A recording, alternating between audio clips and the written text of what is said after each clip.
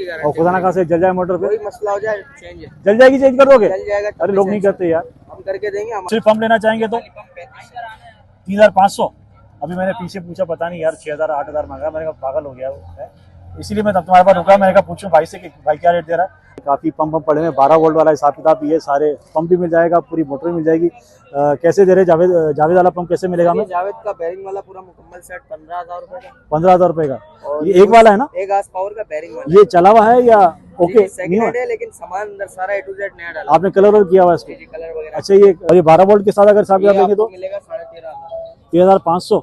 ये कितना खींचेगा, कितना चढ़ाएगा ऊपर? आपका लाइन से खींचेगा और तीसरी मंजिल लाइट पे पानी चढ़ाएगा। ये चढ़ाएगा तीसरी मंजिल? मोटर छोटी है यार। गारंटी देंगे सर, काम करे आपका नहीं करे हमारा। अच्छा अच्छा अच्छा, गारंटी के साथ मिल रही चीज है। करोला की पावर स्टेयरिंग की मोटर। कोरोला की पावर स्टेयरिंग वाली मोटर। ये आधे वाला पंप है ना? ये आधे का बेरिंग वाला। अच्छा, कितनी दूर से पानी खींच सकता है भाईजान? तकरीबन ये 300 फीट दूर से 300 फीट दूर से खींच लेगा?